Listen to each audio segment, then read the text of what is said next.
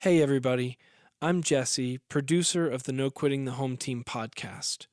I wanted to give a quick disclaimer in that while we hope anyone who listens would gain wisdom and insight from Dave and Renee's conversations, this is still a podcast intended for married couples, and to that end, there will occasionally be dialogue around sexual intimacy and other related topics. So, for those of you who may be single and particularly sensitive to this subject matter, or those who may be listening at home or in the car with their kids around, we wanted to give you a heads up in advance so that you might continue listening at your own discretion.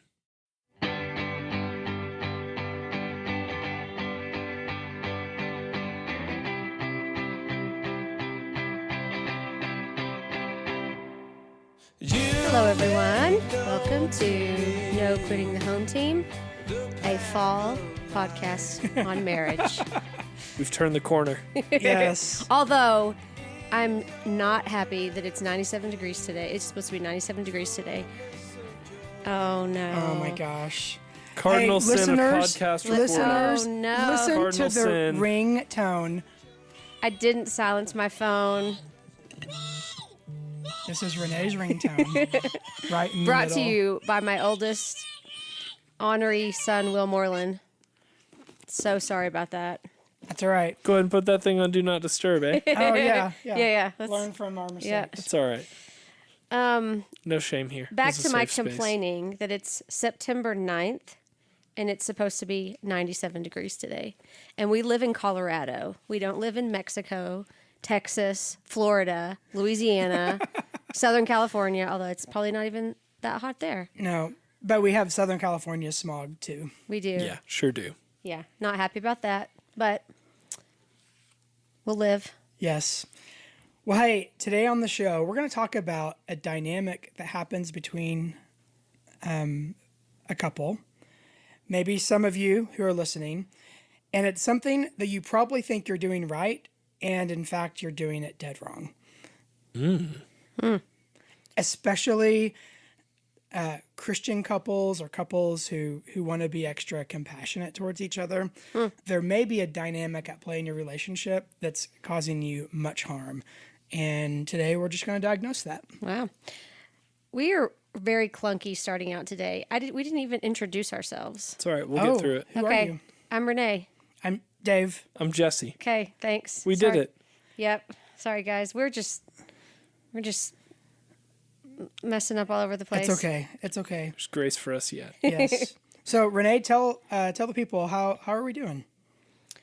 Yeah, I think Dave and I had a little tiff this morning, which I think many can relate to because when you're trying to get out the door in the morning, it's very easy to just offend each other.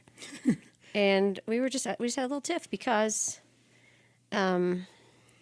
we have a fairly infrequent dynamic in our morning routine. And it hasn't happened much this year as the kids started back to school, but it happened this morning. And it just irked me. Now, so in the mornings we have very clear roles. We have overtly verbalized. Yes. Including the boys or just the two No, of you? the two of The us. boys are useless in the morning. They're useless. Yeah, so this is just Renee, just the grown-ups. So it involves making lunches, making breakfast, mostly revolves around food, packing backpacks, who does what. And so in our house, I do lunches. You get their lunches prepared. Which- Often you make lunches. Often I make them, and my kids I just go overboard with the ridiculousness of how much food they. Right, and the quality is It's too high. ridiculous. Yeah. We've set such a bad precedent. So I do lunches, water bottles, remind them and make sure they do all the grooming things. And I do, if there's anything that has to go to school, like Any schoolwork, yes. signed note, thing like that. That's Things like that. What I do is I'm Supposed to wake them up. Yeah, wake them up, make sure they're all fed, and then get their bikes ready to go, and then I take them to school. Now, I'm also, when I take them to school, that means I have to be ready for work as well. Right. Naturally. So I have So- to get myself ready at some point. Yep. So make sure they have food means you're responsible for breakfast, Right. eating breakfast. Right. So occasionally, tell me if I'm wrong, Okay. you just decide not to do one of your things. No, No. that feels no. so unfair. Even the okay, he knew that was coming. He No, knew. because he knows it's true. Have you Okay. ever once had to say, "Hey, Renee, are you going to make the lunches this morning?" Have you No, ever? well, Have you ever here's once the had to deal. say that? Did I make Beckett his breakfast? First thing. Tell the people. Answer. We have 3 children. Okay, Let's be, but did let's I be did I do charitable. it? Let's be charitable. Yes, you did. Okay, great. Did you wake Wha- them up at the time when you did not have basketball this morning? So No. I give you grace when you have basketball because you come in late. You did not have basketball this morning. Did you wake them up at the time that they had requested to be woken up? Just a simple yes or no. No. Okay. So Wait. Who woke the kids up? Who woke up? Will what got himself up? Who woke up Ian and Beckett this morning? Okay, Way past the time when I they feel had like this requested. is where I feel like it's unfair. I had 3 things I had to do all at once. First of all, while I was making breakfast for Beckett, Will comes in, half dead, just absolutely. He had to take Benadryl last night. He comes in and it's like hit by a train. So he's like, "Dad, can you make me coffee?" So I'd already made my coffees for the morning. Will doesn't want coffee these days. So Renee, did you get your latte this morning? I did. I did. thank you, Jesse, for that. Jesse, I see whose side context. you're on. No sides. So I'm while making Beck's breakfast, Will comes in, asks for a latte, and so I was like, and I felt kind of like, okay, kind of a little bit more urgent. So I start making him the latte, and then Pearl, our dog, saunters in from her bed and comes up to me. I'm the one who lets her out to go pee. So instantly, I'm making breakfast for Beckett. I'm making a latte, and I have I have Pearl to let out. All of those my responsibility. At the same time, that's when you go, as I remember it, that's when you go, "Hey, you got to wake up Bex." But why? That is your responsibility. I shouldn't have to tell you. And at this point, you're way behind the 8 ball doing the things you're supposed to be doing. So when other variables come in, of course, it's going to put you further behind. And why did I have when we agree upon said responsibilities, for me to have to tell you to do it, ultimately it's my responsibility. Right. It was in cue. I think just when you wanted him to wake up, it was just going to be. We've already established what time they want to be woken up, and at this point, we're already 20 minutes past the time that they wanted to be woken up, and I had to tell you, go wake them up. Okay, so I see your point that you had other things that came in, but then also you just weren't going to get Will breakfast, and so I waited to again verbally remind you until it was to the point that if you didn't do it right then, it wasn't going to happen. Right. And I suppose in my mind there was just a trade-off for him. Like You he's get a just not going latte- to have breakfast today. No, you get a latte or you get breakfast. And in terms of the time slot that I had for him, he asked for a latte beyond the time I have already allotted to make them. See, I just think that's just, as a parent, you'd never send your kids to school without food, like hungry. Yeah. You never send your kids to school without breakfast. Well, back in my day.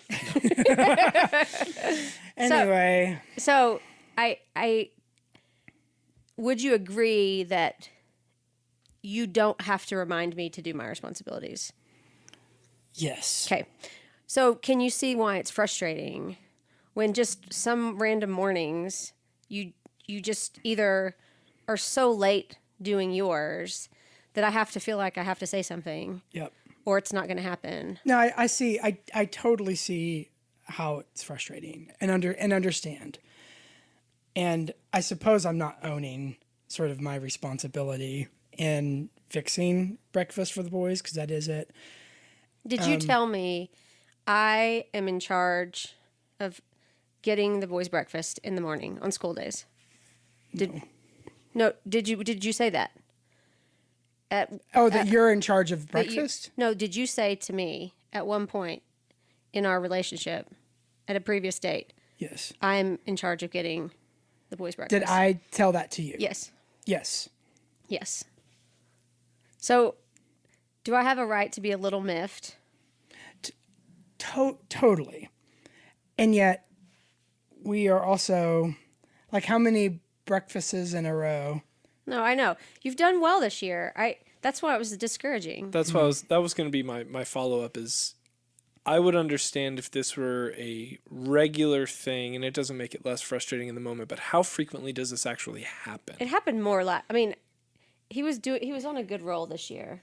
I felt like we had really, and there was a point where we solidified it very clearly, Right. Because of I think last year's There was experience. There was clarity. Good clarity. And so I guess it's so the first few weeks are over, and then we're just going to revert back to kind of what mornings looked like often last year. Right. That's what's like. So it's projecting too. It's projecting that.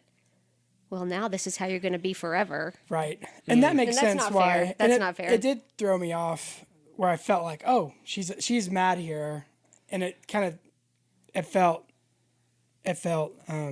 out of place for the morning, for how I actually felt like the morning was going. But this actually helps me to understand kind of where you're coming from and why there's kind of heat there. Okay. All right. It was actually good though. We were going to do this podcast without even talking about it, but we had to delay the start time a bit, so we were able to have lunch and not be Yeah. No, we're actually be quite as tense. doing great now. Yeah. Yeah. Conflict resolution. Mm-hmm. Now repeat after me. I will fulfill all my responsibilities every single morning. Just kidding. Just kidding. All right.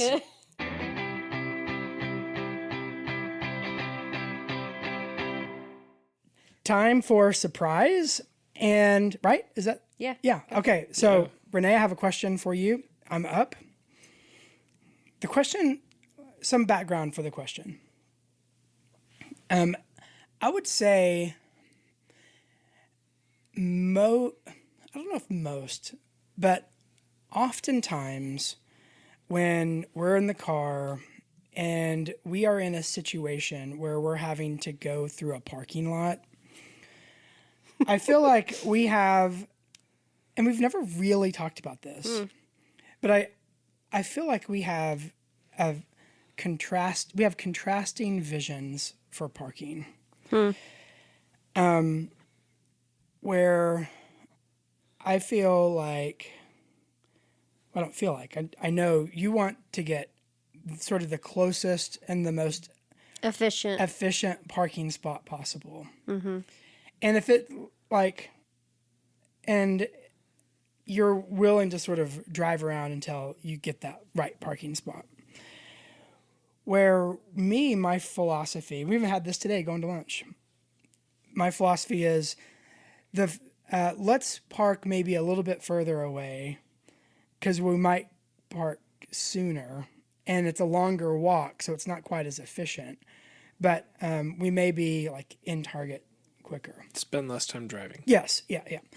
So I suppose the question is, help me understand like your sort of thought process in parking. So I think I disagree with part of the premise of your question. Okay. I don't think I'm willing to drive around till we get a close spot. Mine is almost always about efficiency. So I don't think that's true all the time. That I would be willing to keep driving around to get a closer spot. And this will speak to another aspect, a dynamic in a relationship. I'm definitely more aggressive. Mm-hmm. Dave is just happy to be wherever he is, and he just happy to go to Target. is never in a hurry to do anything. Would you say that's true? Very rarely. Rarely. Very rarely in a hurry. And there are certain things that I just want to go get done as efficiently as possible. So, considering those perspectives, often, I'm treading carefully here. Because of the pace and the urgency, will just miss a spot or just pass one up or See, and I no, feel I'm, like, I'm okay, trying. Okay. Because there's no prioritization on urgency. You're in for the ride. Mm-hmm. And I think I usually prioritize efficiency and urgency in those situations. Okay, well, that's helpful, and that's the answer to my question. I think is that it's more urgency and efficiency. Do you feel like, or have you experienced that sometimes that causes pressing? Like, What do you mean pressing? like it's sort of like pressing it a little bit. Like, hey, there's a spot right there. Come on, go get it. And For me to you? yes, Yeah, absolutely. Because I know that there's a potential that you're not even really looking for parking spaces. Well, I am looking for parking spaces, That you're but I'm also probably engaged in conversation with you. That you're somewhere else. So yes, I do feel like that I push the matter of available options, and maybe sometimes more aggressively than you like. Okay, all right. Well, that's helpful. I don't think there's a right or wrong there. Yeah, right. But it's helpful. Right, it's to a get difference for sure. Perspective.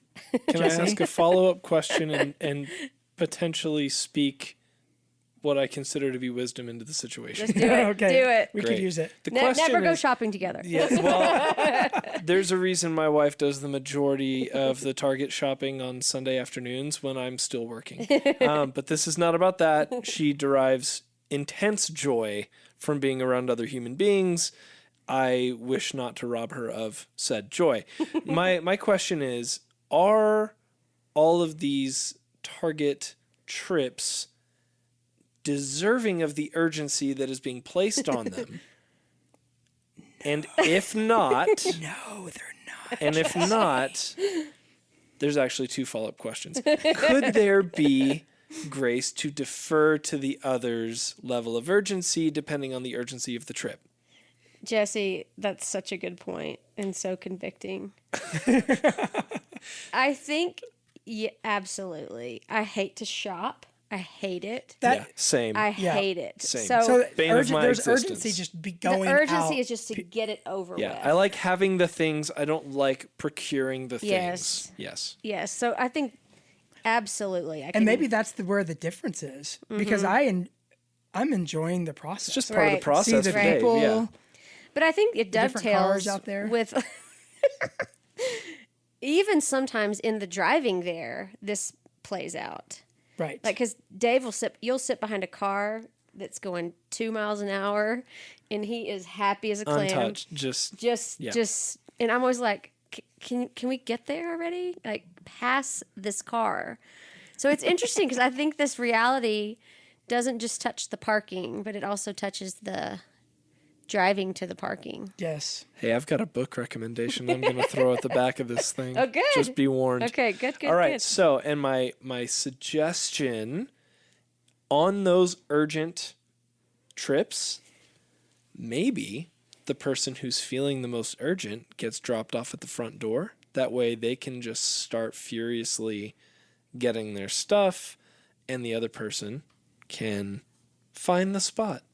And that way there's some level of compromise. Now, that means one person is starting the shopping alone, but Renee, I if you're anything like me in your disdain for shopping, shopping solo tends to be much more efficient than Man, it happens dragging quick. It happens quick. than dragging 4 knucklehead boys behind you Yep. to help. No, So that happens occasionally where he will drop me I'll off. offer that. Yeah. This often plays out on Dave's day off. So part of it is we're trying to like do things together. We're ticking some things off the to-do list. Sure. So, but you're right. That could eliminate some conflict. just expectations. Yep. You know, Yeah. just unmet expectations tend to be the source of most disagreement or Yep. frustration. So Yep. anyway, Cool. Thanks, All Nay. right. Thanks, Yeah. Jesse. good one, guys. Yeah, good question.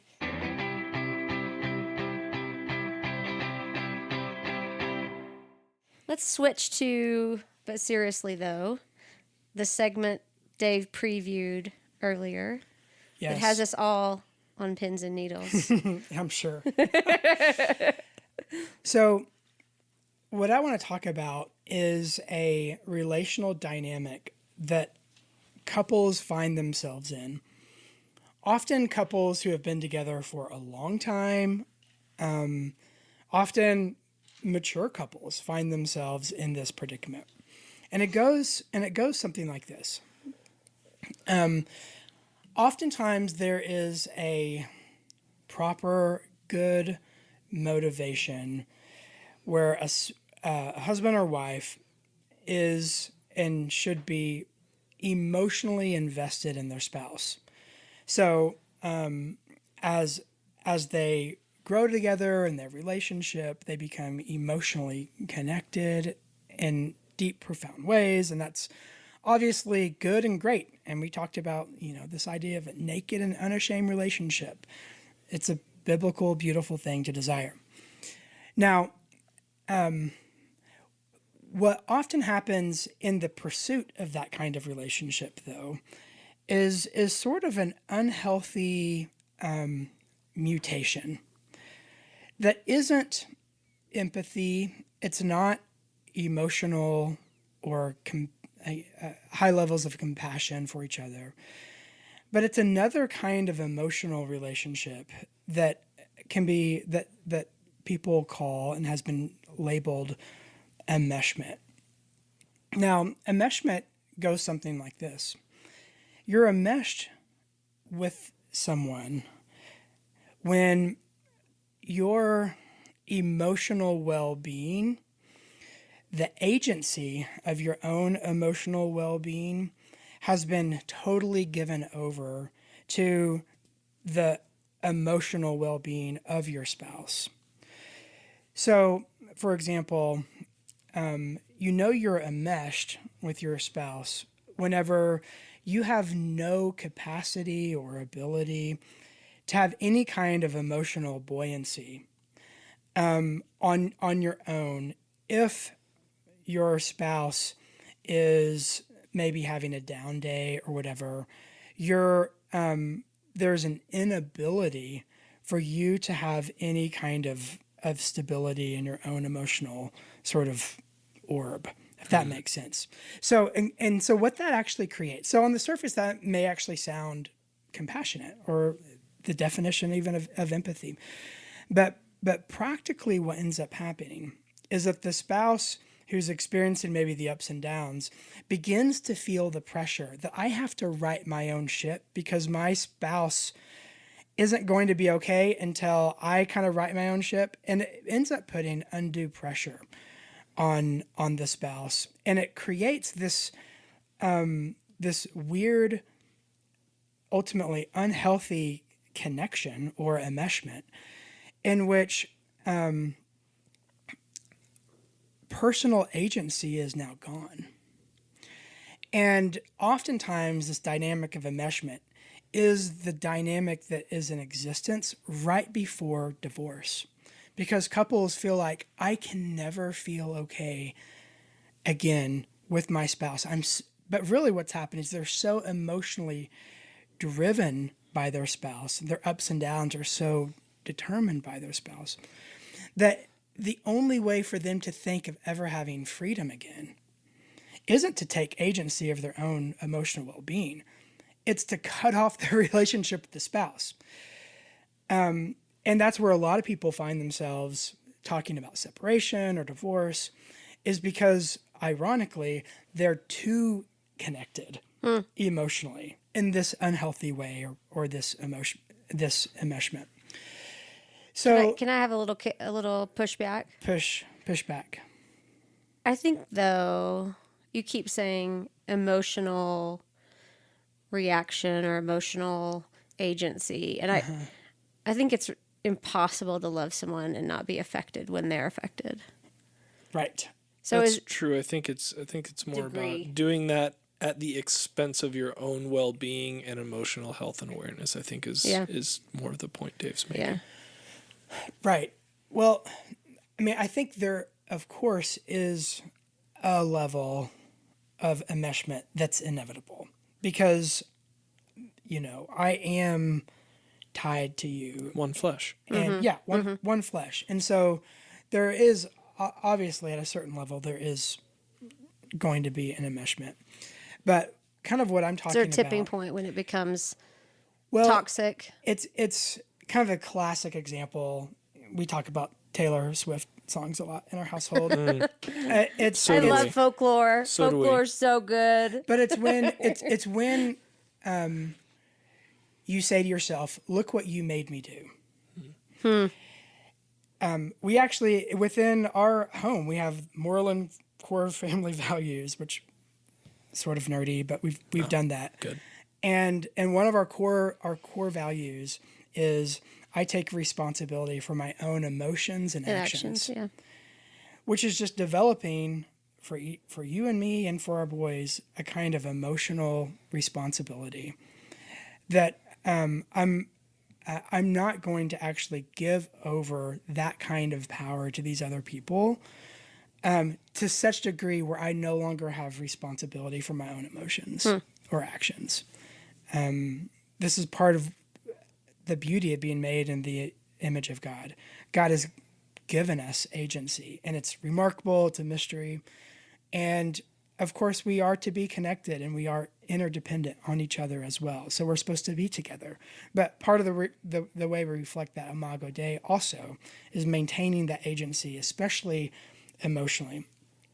So how that manifests in a healthy way when you're not unhealthily enmeshed is it actually gives a husband and wife remarkable freedom to be different. Say, for example, you're going through some sort of grieving process, or you're going through a difficult season in your life together. Well, people deal with grief differently, and when you're not enmeshed, you actually have freedom to appreciate the difference in the process your spouse is going through and not expecting him, not expecting her to go through the same kind of emotions that you're going through. You're just sort of, and yet at the same time, you don't feel guilty yourself of being emotionally different than your spouse. So it actually creates a kind of membrane around oneself in which the self can be contained. And when that membrane through enmeshment deteriorates, you actually lose the integrity of the self in another person.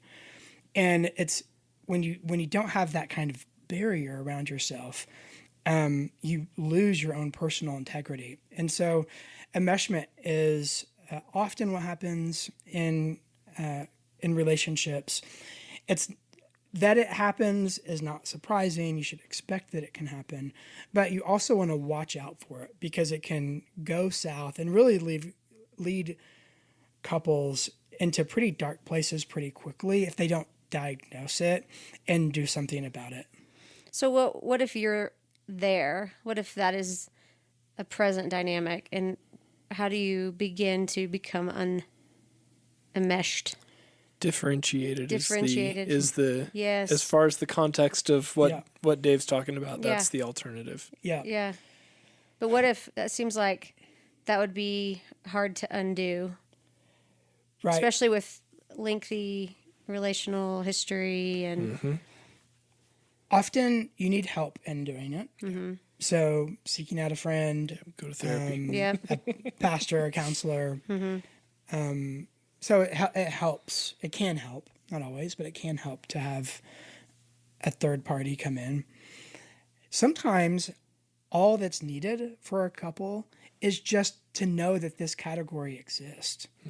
Yeah. That's the power of a mindset shift. It's like once you kind of realize, oh, there is this thing called enmeshment, and it's different than empathy.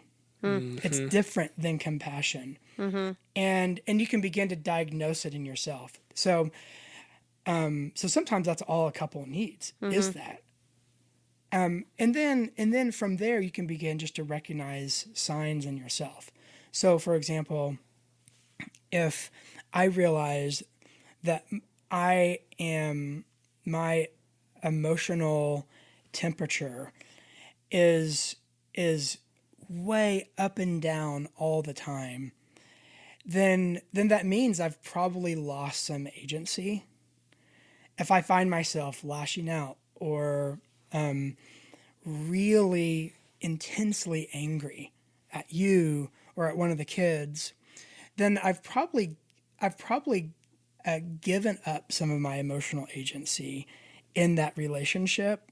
So signs like intense anger, that's classic enmeshment. Yeah. Because it's not that they don't care; it's just they actually have so much care, Entanglement with each other. entanglement, and there's so much weighing on how that person performs in their life for them to be okay. When they don't do it, that's when they lash out. And now, as I say that, the alternative, and Renee, you've mentioned this before when we've talked about, the alternative is not just to shut down or to be emotionally cold Or distant. or distant or to wall off. That's another, in a sense, that's, you haven't helped the relationship at all there. You've just shut yourself off completely. But rather it's what Jesse mentioned, this term have a differentiated presence. And this is what Jesus calls all of his disciples to, the capacity to deny yourself, pick up your cross, and follow after Jesus. Actually, it implies that we have to have a differentiated presence. We have to be compassionate towards other people, to each other, but yet also be willing to be different from each other, and to be okay in that difference. That's a part of discipleship. So I think what to do if you're in that position, just knowing that, okay, I'm actually enmeshed here. And another strategy is to ask this question, what would actually bring me joy emotionally right now to kind of fill my tank? And to this isn't thinking selfishly per se, even though it may on the surface feel like this. And some couples have a hard time with this. Sometimes couples are really enmeshed in this. And my recommendation for them is individually, you guys need to do what actually brings you joy. You need an infusion of joy. And maybe that's not something that you do together, or maybe that's like what brings you joy might not bring your spouse joy. So for me, it may be going to play, basketball or go have beers with the kids and with the kids, gosh, with the boys. Have this hefty double IPA back there. Yeah. Hey, it brings me joy. But yeah, like having a date night apart from each other. yes, Like our date night's going to be me doing what brings me joy and you doing what brings you joy. exactly. Now, you don't want to get in a regular pattern of that, right. but it does help the sort of diagnose the enmeshment and sort of begin the differentiating process that allows you to be present with each other and be okay with difference. Yeah. That's really the big idea. Yeah. To embrace the difference, which is the very point of naked and unashamed. Naked means that we are different. And unashamed means it's okay. It's good. So, enmeshment, cut it out. Don't do it. Stop it. Stop it. Quit it.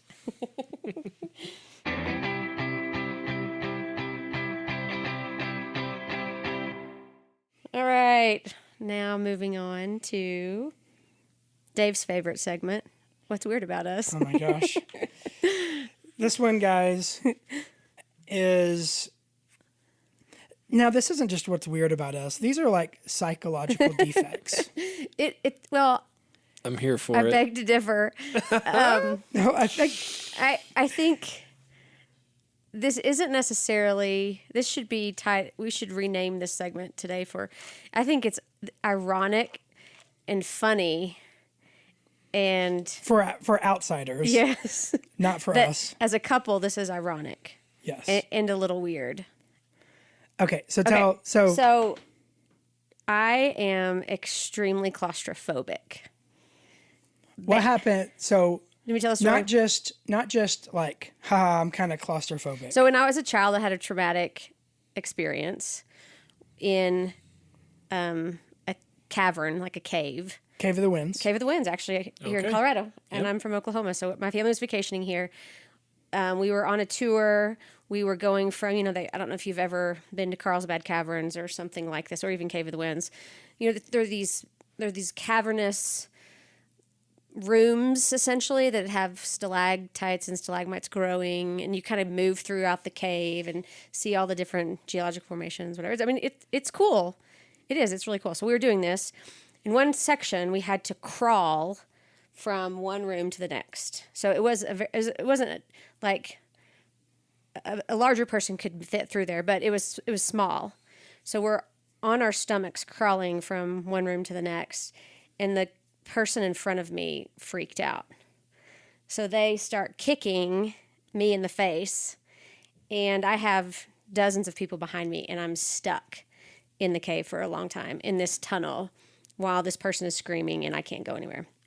So that's where I blame all of my claustrophobia. Yes. Sounds very And traumatic. since then, I cannot do caves, which is an easy thing to avoid in your life. You just don't naturally find yourself don't wander into caves. into a cave. Okay. So, but it also manifests itself in other closed spaces, namely Airplanes. a stopped airplane that you have no idea, like you're on the tarmac and you have no idea when you're going to take off or no idea when you're going to find your gate or whatever. So in contrast to the claustrophobia, Dave is afraid of heights. Horrified. I've experienced this. First So as a couple, we have a lot of limitations on On travel. on activities. Well, or just on activities. I mean, I've been bungee jumping. I would jump out of an Oh airplane, my gosh. but I cannot. The thought. I mean, if I'm in the elevator just a little bit too long, and the doors don't open It goes south quick. quick. So Renee, what about because I'm trying to think of something that you would both just outright avoid together. So are roller coasters off the table because you have the heights and you also have Yes. the I'm trapped in a thing and I can't get out of it See, it's until not that because there's fresh air. 'Cause there's open air. Anytime Okay. there's open air, I'm totally fine. even But if there's a roller lap coasters bar. are a clear no for me. They're Okay. no for him. Yeah. So there's a lot of things that it's a no for one or the other. Like Mm-hmm. in this way, we're a bad team, honey. Right, I know. I was thinking when we were in New York a couple of years ago, we went to Staten Island. Yeah, and there was like The tram. this tram Mm-hmm. thing. And it was kind of a worst case scenario. Oh, and I loved it. Because it You wasn't could like see a outside, out- and there even was- if and it was a there were frozen vents, there were closed. vents. vents, Yeah. and it was Yeah. big. It's like a gondola, like a giant, Yeah. ginormous gondola. But it blasts you so far in the sky. I Yeah. was unprepared for that. So Renee and the boys are having so much fun. I'm sitting in the middle row with my eyes closed. Yeah, I because I remember that. cannot. I can't handle it. Yeah. I think I'm going to die. Yeah. Isn't that funny? Because I think I'm going to die. Like, we'll watch a movie about a submarine. I know, and you begin to You're freak watching out. a movie and it Yes. triggers that. I can go there. I No, can go there. Yesterday, we were talking about this yesterday with the boys about your cave experience, and you began to have some of the preliminary Yeah. panic attack kind Yeah. of symptoms. Yeah, because you can, with phobias, I think you can hold it off for a little bit, even like on an airplane. So I flew alone this summer for a girls' trip, and worst case scenario in my mind, we flew back into Denver and we don't have a gate. So it's 100 degrees outside. It's probably 5 o'clock. We sat in the airplane with masks on. Yup. Yeah, ask me how someone who's claustrophobic and has to wear a mask for hours on end, how that goes. Anyway, we sat there for, I kept texting you. It was a couple hours. Couple It hours. It Yeah. was terrible. And it kept getting hotter and hotter. And I was talking to this delightful gentleman next to me. And we were, and for a while, you can hold it off. Like you can kind of like talk yourself out of it, and you can think of something. I mean, have all these strategies.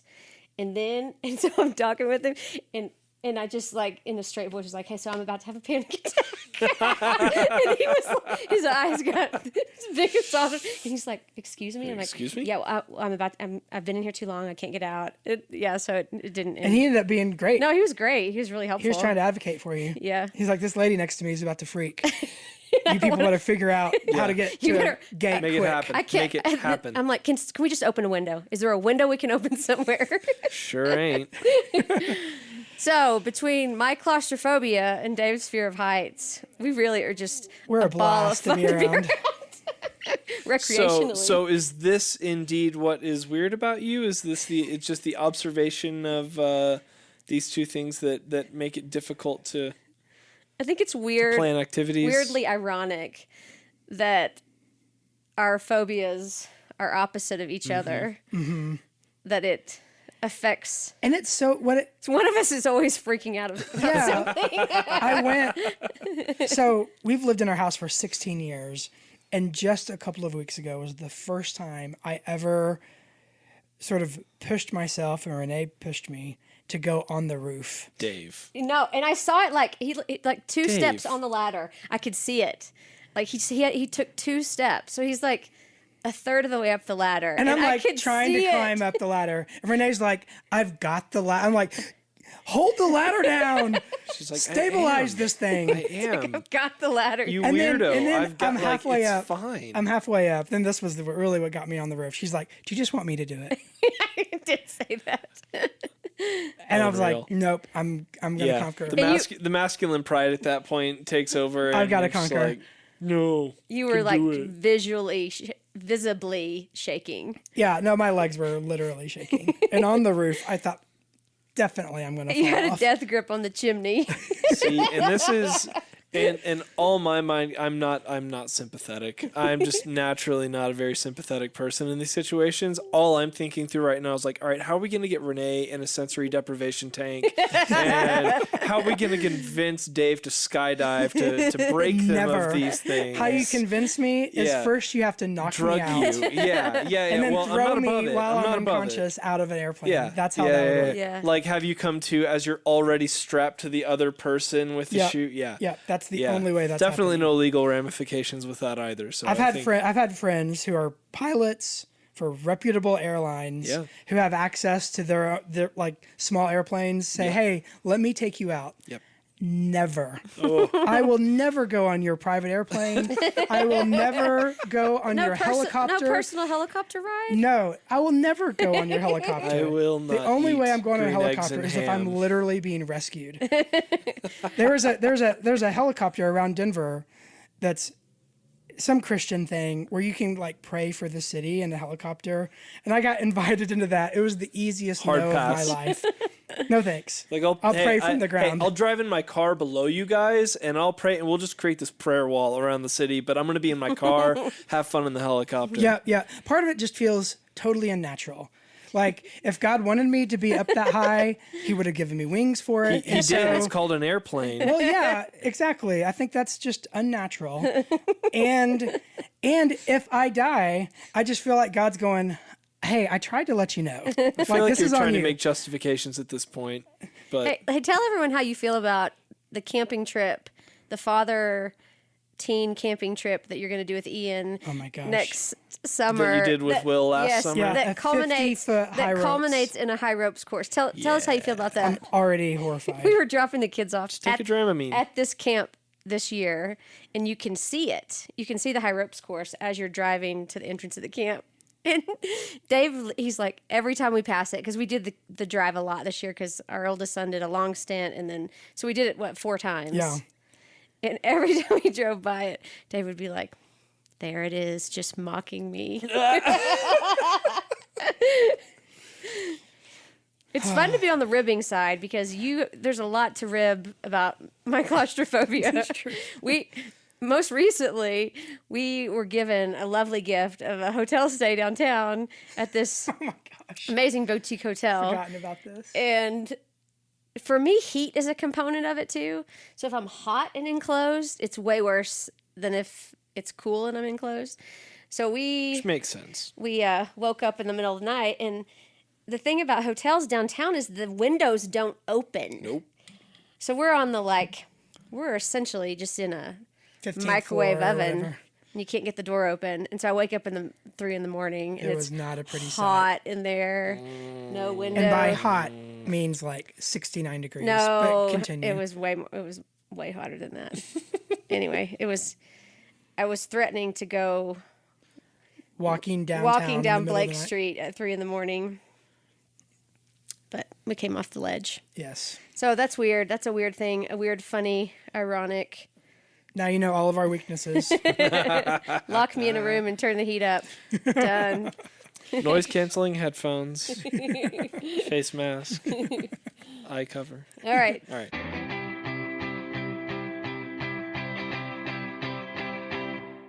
Do you have any recommendations, honey? Well, Jesse said he had one, Yeah, so I'm let's curious. Start with mine. Yeah, let's do it. Yeah. In keeping with the theme of the earlier conversation about scrambling to find a parking spot and pressing urgency and all of that, a very helpful, formative book. I guess it came out a little over a year and a half ago, maybe longer than that, 2 years ago. I read it before COVID. But it's called The Ruthless Elimination of Hurry by John Mark Comer. And it's outstanding. And since reading it, I have felt convicted every time I felt the impulse to speed down Mississippi between my house and my children's school or Fellowship Denver Church, where I work. Jesse, is this a targeted recommendation at me? Let's just say inspired by. Not targeted, but it was a nice reminder of, oh yeah, that's a thing that I've been trying to put to death for a couple of years since reading this book. It was incredibly convicting and encouraging at the same time. Yep. Definitely check it out. We value urgency and spend so much time hurrying that it actually robs us a lot of the joy That Dave just so willingly takes in. Well, there can be Okay. sin on the other side of it as Jesse, well. can I That's tell- not what I'm trying to do here. Can I tell you about this book? I actually read this book a couple of months ago. Dave's about to poo-poo my recommendation. No. I told Renee, hey, I'm reading this book. Renee's comment is like, maybe he doesn't have enough to do. I'm just saying. So maybe your recommendation, along with me reading it, Renee, maybe you'll crack it open. Let the record show that I'm never at a lack of things to do. I know, yeah, Never at a you are. want for things to do. So I'm just saying that was Renee. That was my Yeah. Renee's advice like, comment. Clearly not a That's mom. what that sounds like to me. Is Not just written by a rebellion. mom. That just sounds like rebellion against the spirit to me. But all right. What about you guys? So I'm not going to do a book today. I just couldn't come up with one that I was feeling passionate about. So it's a little bit of a silly recommendation, kind of lighthearted, but we watched a movie this week that we're trying to expose our kids to movies that we kind of loved that we think they might like. And, it's funny, you'll rewatch it 20, 30 years later and you're like, either, oh, it wasn't as good as I remember, or movie making is just so different. So it feels really old. But so when did we watch it, honey? Monday night, we had a movie night. It was Labor Day, that's right. And we made our 3 boys watch My Big Fat Greek Wedding, Oh my gosh. which we love. We saw it multiple times in the theaters. We lived in Dallas at the time. I remember going to that super fancy arts theater that had just opened, Yep. and we kept seeing it. But I think the nugget of the movie was both sides are very welcoming and accepting of the other family's difference. And that's a real skill. Like the girl, where they end up. You're right.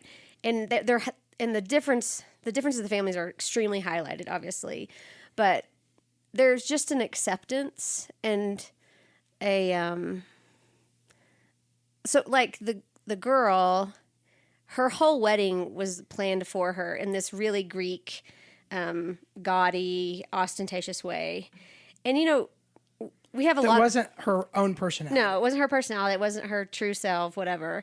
And she didn't, and I understand, I'm not throwing all of those impulses of like modern categories for setting boundaries and dealing with, there's legitimate reasons for,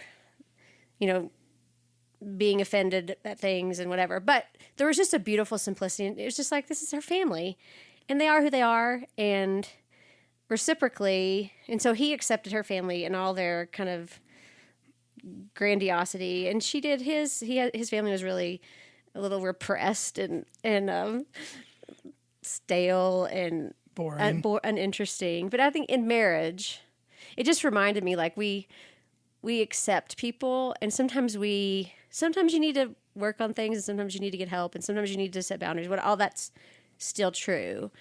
But there's times you just accept the reality and enjoy it. And you sacrifice some of your own preference. Yeah. For the sake of just being a part of a bigger community. Yeah, and in marriage, being a part of a didactic organism. Yep. And she loved her wedding. Like, she had a great time at her wedding. And it wasn't exactly what she would have done. So anyway, I just thought it was encouraging relationally that there are times we just accept how it is and the boys and see the loved joy it. in that. They loved it. And the boys loved it. That was the real shocker. Yeah. Yeah. So rewatch My Big Fat Greek Wedding. All right, everyone. Oh wait, no recommendation. No. We had two from you guys. All right, Yeah. taking a pass. Yeah, I'll take a pass this time. I'll come in strong next time. All right, you have to have two next time. Okay. All right. Hey, thanks for listening. If you have questions, comments, be sure and email. Thanks for your emails. We love getting them. Yeah, be sure and email me or Renee, Dave@fellowshipdenver.org or Renee@fellowshipdenver.org. All right. See you guys. Bye. Bye.